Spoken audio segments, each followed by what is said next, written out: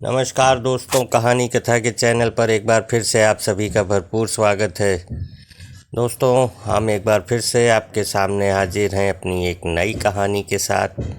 आपको अगर हमारी कहानी पसंद आती है तो हमारी कहानी को लाइक करें, हमारे चैनल को सब्सक्राइब करें और कमेंट में अपने सुझाव हमें देना न भूलें।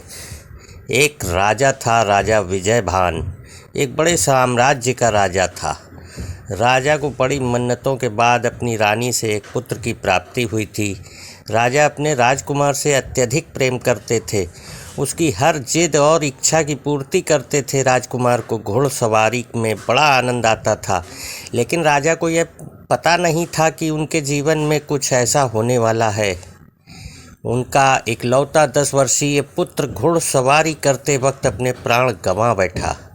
एक दिन प्रशिक्षक साथ घुड़सवारी करते वक्त एक दुर्घटना में उसके प्राण चले गए। ढलान पर फिसलन वाली जगह पर घोड़ा अपना संतुलन खो बैठा। उस पर बैठा नन्हा राजकुमार गिरकर एक पत्थर से टकरा गया, जिस कारण उसकी जीवन लीला वहीं समाप्त हो गई। राजा को इस घटना से गहरा आघात और क्रोध आया। राजा इस घड़ी में जैसे राजधर्म भूल गया। उसने उस घोड़े और उसके प्रशिक्षक को भी नहीं छोड़ा, दोनों को मृत्यु दंड दे दिया। राजा यहाँ तक भी नहीं रुका। इसके बाद राजा को सभी 4 पैर वाले पशुओं से घृणा हो गई।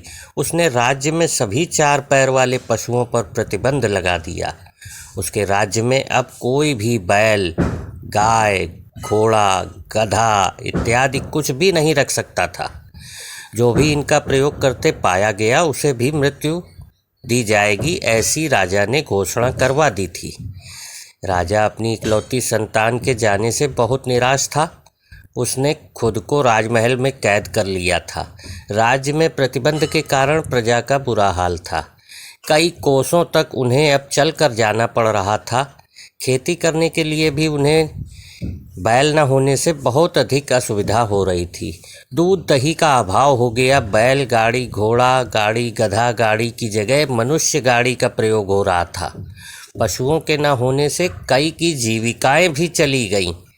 आमदनी का साधन खत्म हो गया था। देखते ही देखते 9 माह बीत गए, लेकिन राजा उसी संताप में था। प्रजा दुखी, कई निर्धन हो गए, भूख से कई जानें चली गईं। राज्य की प्रजा चिंता में ही डूबी रहती, उन्हें कोई रास्ता दिखाई ही नहीं दे रहा था। तभी एक साधु सन्यासी का उसी राज्य से गुजरना हुआ। राज्य में वो आए तो लोगों ने उनके आगे विनती की और उन्हें इस समस्या से खुद को निकालने का अनुरोध किया। उन्हें लोगों की पीड़ा दिखाई दी, इसके पीछे प्रतिबंध का कारण भी पता चला। साधु ने राजा से मिलने का निर्णय किया। वो राजमहल गए और राजा से मिलने को कहा। राजा किसी से भी भेंट नहीं कर रहे थे, इसलिए राजा ने यह संदेश भिजवा दिया कि आप जाएं। राजा अभी दुखी हैं। उस साधु ने कहा कि मैं उनके पुत्र के विषय में ही उनसे कुछ चर्चा करने आया हूँ। राजा यह सुनकर उनके सामने उपस्थित हुआ। राजा ने उन्हें प्रणाम कर कहा कि आप क्या बात करना चाहते हैं। उन्होंने कहा कि हे राजन, आपने गलत ही पशुओं पर प्रतिबंध लगा दिया। आपके पुत्र की मृत्यु का कुछ और कारण है। राजा को लगा कि यह पहुँचे हुए लगते हैं।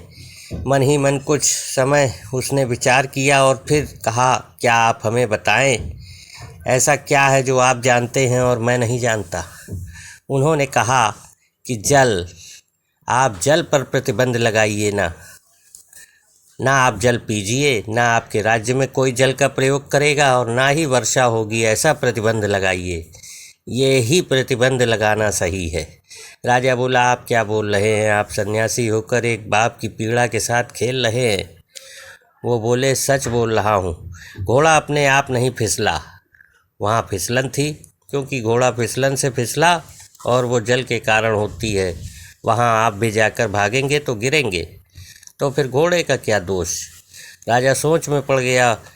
वो फिर बोले कि तुमने उस घोड़े के और उसके प्रशिक्षित के प्राण ले लिए, पर तुमने अपने प्राण नहीं लिए, क्योंकि वो घोड़ा और उसके प्रशिक्षण करने वाले को तुम ही यहाँ लाए थे, वो अपने आप यहाँ नहीं आए। तो इस प्रकार राजन देखा जाए, बहुत गहरे में देखा जाए तो असली दोषी तुम ही हो। ना तुम उन्हें यहाँ लाते, ना तुम्हारा पुत्र प्राण गंवाता। वो बोले, राजा तुम्हें सबसे पहले अपने आप को दंड देना था। क्या वर्षा पर प्रतिबंध लगा सकते हो? अगर उस घटना की जड़ में जाओगे तो कुछ और ही कारण तुम्हारे समक्ष आएंगे। तुम राजा हो और राजा का पहला धर्म प्रजा पालन है। एक पिता की भांति तुम्हारी संतान का तुम्हें इतना दुख है, इस वजह से राज्य में कितने लोगों की मृत्यु हुई है तुम्हें पता है? नहीं, तुम राजा योग्य ही नहीं हो। जन्म और मरण तो प्रकृति का नियम है। तुम्हारे पुत्र के साथ जो हुआ वो एक दुर्घटना थी, लेकिन तुम जो कर रहे हो वो पाप है। राजा साधु के वचन को सुनकर उनके आगे फूट फूट कर रोने लगा। साधु ने उसे सांत्वना दी और कहा, उठो, हम सब एक उस परमात्मा की व्यवस्था हैं। इसे उसी तरह रहने दो। परमात्मा ने तुम्हें अवसर दिया है कि प्रजा की सेवा का। पेड़ पर एक पत्ता भी हरा रहता है, फिर सूख कर गिर जाता है।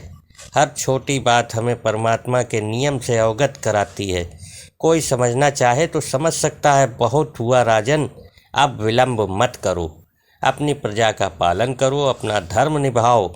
एक बाप अपने पुत्र को ना बचा सका, लेकिन एक राजा न जाने कितने दूसरे पुत्रों को खुश रख सकता है।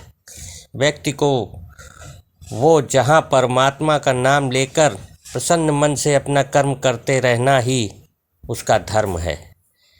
अपना धर्म निभाना है और उसके दिए इस अमूल्य जीवन को जीना है। राजा की आंखें खुल गईं। अपने इस कृत्य के कारण उसके पूरे राज्य में जो हानि हुई थी वो उसे पूरा करने में लग गया।